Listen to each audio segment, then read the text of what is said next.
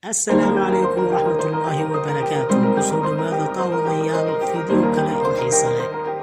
Sida aynu wada ogsoonahay, gabadh kasta oo dunida ku nooli waxa ay ku dadaashaa oo ay maalin kasta jidhkeeda ugu duugtaa qurxiyayaal si ay u noqoto mid qurux badan. Balse gabadha aynu maanta fiideogeenan kusoo qaadan doono waa mid ka duwan dumarkaas. Waxaa hore loo yidhi waalidu waa mid noocyo badan, runtiina waa odhaa xaqiiq noqonaysa marka aynu ka hadlayno gabadhan u dhalatay dalka Mexico oo magaceeda la yidhaahdo Maria Jose Cristina, oo ah 44 jir, dhalatay sanadkii 1976. Waxa ay gabadhani ku caan tahay oo loogu yeedhaa gabadha vampire-ka ah amase gabadha xaaqda ah, ama sida ay iyadu sheegto gabadha shabeelka ah. Waa gabadh qareen ah oo u dhalatay dalka Mexico, isla markaana haysata ganacsi meel lagu sameeyo tatooga iyo hooyo 4 carruur ah.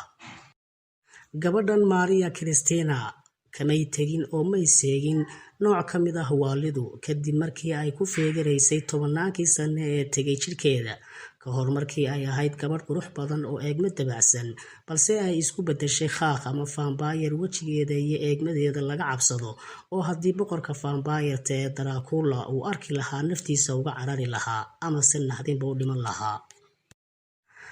Waxayna sidaas ku gashay buugga dhacdooyinka ee loo yaqaano Wall Genius, iyadoo noqotay gabadha ugu shagarada iyo tatooga badan adduunka, iyadoo 96% ka mid ah jidhkeeda midabaysay ama tuntay ama ku samaysay waxa loo yaqaano tatooga. Waxaa soo hadhayba waa baabacooyinka iyo meelaha ay adag tahay in la tumo. Haddaba su-aashu waxay tahay, waa maxay sababta ku kaliftay gabadhani inay jidhkeeda sidaas u gasho?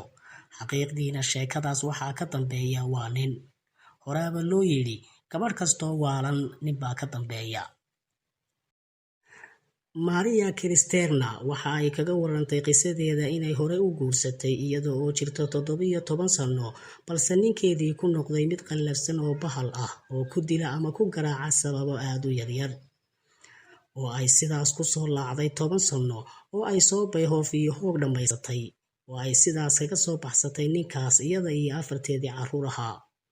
Maria waxa ay tidhi, waxaan soo maray guur xun, waxaanan ka soo bartay inaan noqdo mid adag. Si ay uga dhiidhido xanuunkaas iyo dhibkaas qoys ee soo maray, una noqoto gabadh adag oo geesiyad ah, iyo si ay u noqoto gabadh dagaalyahanada oo nafteeda iyo ubadkeeda difaaci karta, ayaa waxa ay beddeshay muuqaalkeedii. Haddaba, maadaama inta badan dagaalyahanada xoogga lihi sida caadada ah ay ku caan yihiin inay jidhkooda ku midabeeyaan tatoo iyo jexjeexyo, waxa ay bilowday Maria inay jidhkeeda si bilaa naxariis ah ugala daasho tumid ama tatoo iyo jexjeexyo.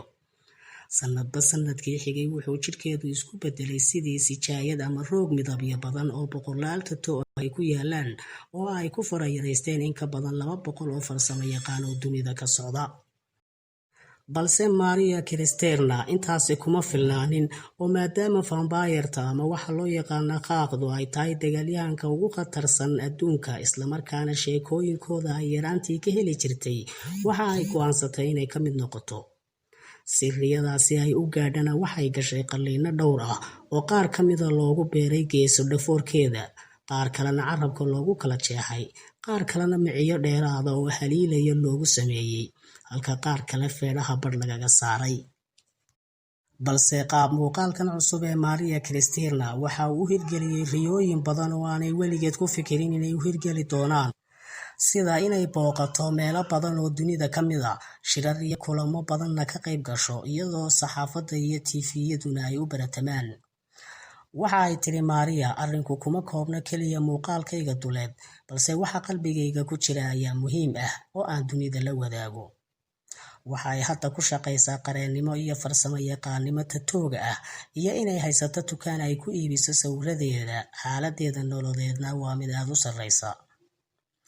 Run ahaantiina ma aha Maria mid bahal ah oo qalbi xun sida uu wejigeedu u foolxun yahay, balse waa gabadh firfircoon oo dabacsan iyo hooyo baari ah oo 4 carruur haysata. Guntii iyo gabagabadii, aan Ilaahay ugu mahad celinno in dumarka badidoodu aanay jeclayn inay dagaalyahano noqdaan. Bal sawiro, haddii gabadh kasta oo uu nin xumeeyo ama uu ninkeedu dilo ay isku beddesho sida Maria Cristina, maxaad u malayn lahayd siduu caalamku noqon lahaa? xaqiiq kale ayaa iyana ah in aan Ilaahay ugu mahad celinno nimcada islaamnimada iyo quruxda ee uu ina siiyey. Si aan taas u muujinana, commentiga hoose aan ku soo qorno alxamdulilaahi calaa nicmatil islaam. Haddii aad channelkan ku cusub tahay, fadlan subscribe saar oo naga filo insha Allah fiidiyoyo kale oo xiiso